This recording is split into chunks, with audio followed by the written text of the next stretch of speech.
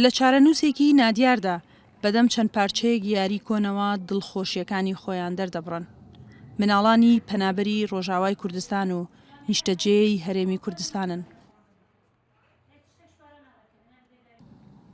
دایک و باوکی ئەم مناڵانە تەنها دوای چەند ڕۆژێک لە هاوسەرگیریەکەیان ئاوارە دەبن و کەم پێک دەبێتە نشینگەی مانگی هەنگوینیان و 12 ساڵە لە ماڵێکی بچووکدا نیشتەجێی کەمپی باریکەن و خاوەنی 4 منداڵن. نەبوونی ناسنامە چارەنووس و داهاتوویانی بە نادیاری هێشتۆتەوە. اصل في داره ما اف 12 ساله ناس بيوكا هيفا كي بيا صاد ما في دار الحمد لله 4 زارو تشبينا يعني تيز باتي زارو كم نينا وتدلايل نينا زارو كم نكهرنا مكتبه نكهرنا خواندني تيز با هويه وانين تحق شوارە نادر کەvێ ئەم تخوازن حەقیڤ زارۆکە وندانە بێ ئەم تخوازن سەعادە مە بکەن.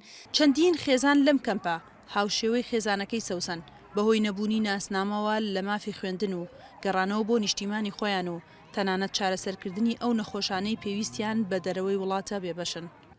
کێشێوان ئەیەکێ مەکتومی القەید ناواندا گەلک هەنە بێتر لە 500 عائلە زیاترژی هەیە ئەم دکارن بێژن ئەوانە لە سووریە بێبەش بوون لە ژیان لە ڤرژی بێبەشن لە ژیان.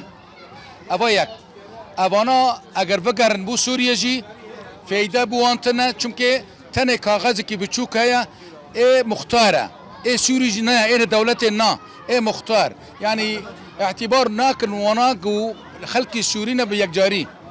لە 73مین ساڵیادی ڕۆژی جیهانی پەنابەراندا دەستگای لووتکە هاوکاری گەیاندۆتە ئاوارەکان و بە هیوای کەمکردنەوەی کەمێک لە ئازارەکانیان ڕۆژەکەیان لەگەڵ بەش دەکەن.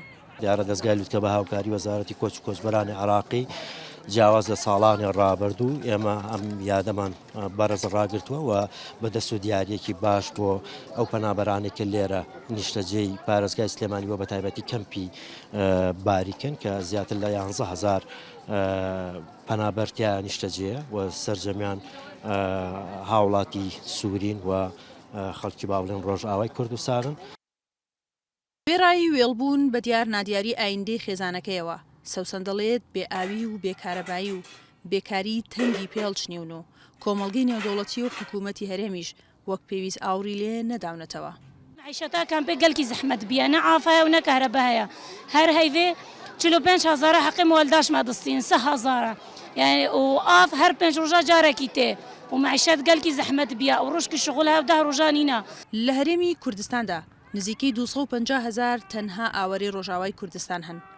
لەو ژمارەیەش 50,000یان دانیشتووی سنووری پارێزگای سلێمانین و ناڕازین لە گوزەران و ژیانیان لە هەرێم و خراپیباری ئەمنی ڕۆژاواش ناچاری کردوون سەختی ژیانی پەنابەری هەڵبژێرن.